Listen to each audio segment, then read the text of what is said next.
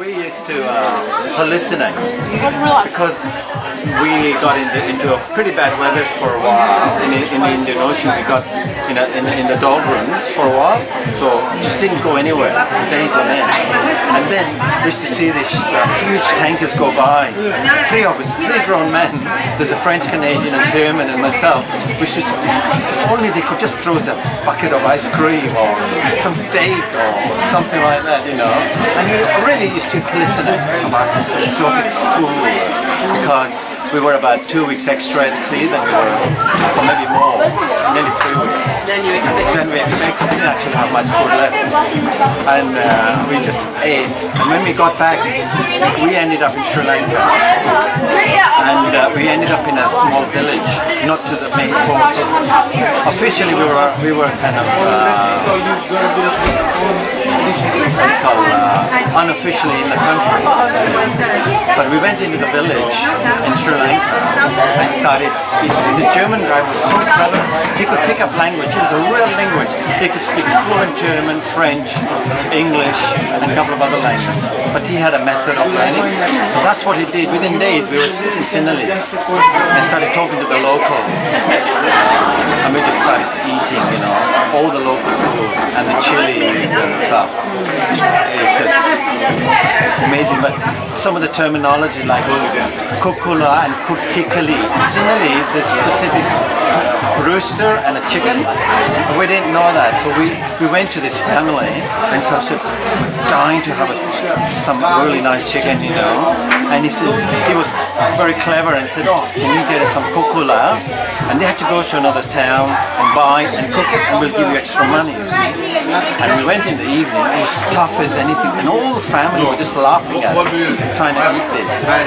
And we found out that we had asked for a rooster, yeah, I know, and all these sort of things just happened. So I had about an hour's argument with a guy why I can't eat curd. They have a buffalo milk curd, and where we landed in Kirinda in south of Sri Lanka, it was the best known place. It was really well known for this particular curd. You put a lot of chitul palm sugar, and I don't take sugar in many things or anything really, even teas and coffee.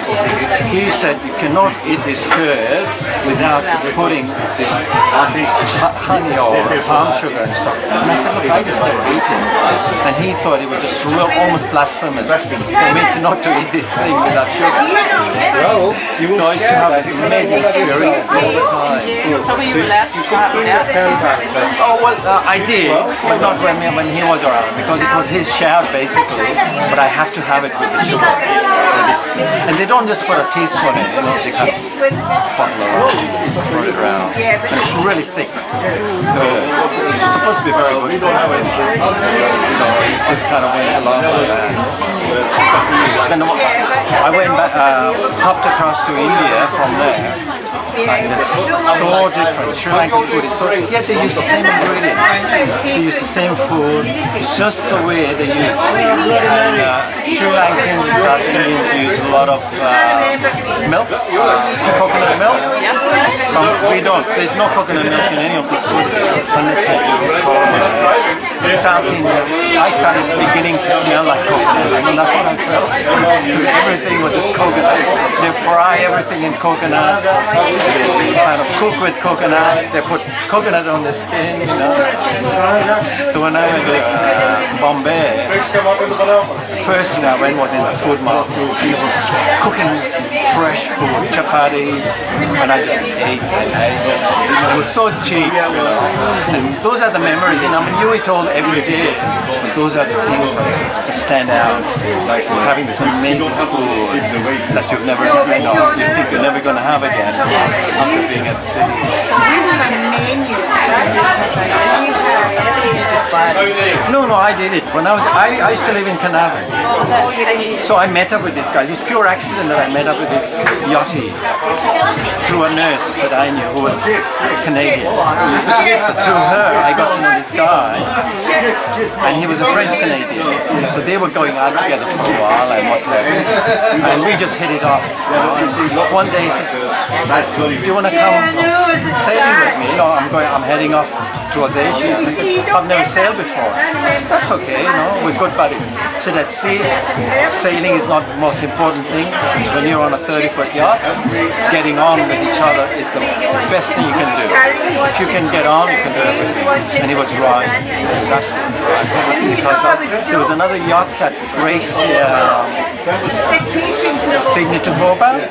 Well, one of those guys had sailed across, and I met up with him. And by the time he picked up crew in Melbourne, Albany, maybe in Fremantle when he sailed off. And I met up with him in Sri Lanka. He had a crew of 12. He ended up with one when he landed in Melbourne. People just dropped off in Cocos Island, Christmas Island, and then they just because he was just a terrible guy who owned it. It was like we had a 2-star yacht to his 5-star. And yet they were dropping off. They were just dropping off. He actually asked me to go with him sailing away to Europe. So now, did you meet any pirates while you were out there? No, that's the reason we ended up in Sri Lanka and not Pacific Islands. We were going to go from Carnarvon across to Broome, Right. and through Torres Strait and across the Pacific. And we heard that there were a lot of pirates in Indonesia and Malaysia, so we kind of headed off to Christmas Island. I've heard it's pretty dangerous, Indonesian waters. Absolutely, yeah. No, and you get when you become a yachty, you hear a lot of news all the time. Oh, yeah. You meet, so you try and avoid that unless you've got. And the thing is, one of the things was the other yacht, he carried guns and everything, and he got done in Sri Lanka. Oh. Because he thought that because he had a gun and this very expensive yacht, he can do whatever he wants. The locals just They weren't so happy about the guns. he didn't declare it. That's right. But, Yeah. yes, but it's been going on. But the interesting thing is my daughter, Maya Rose, has just been to Sri Lanka over Christmas. She spent 2 weeks there.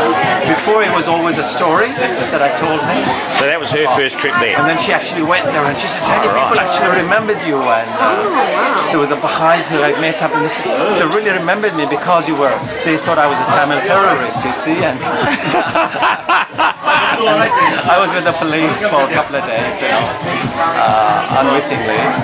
So then this just I went to the place and Gaul, where the yacht was, it had been swept by the tsunami. So she was there and sort of said, my gosh, you know, just being there in a place. She went to see English play the cricket in Sri Lanka. That's just me. I'm the one who's supposed to be watching the cricket and traveling and stuff. And there it is. She's doing it all.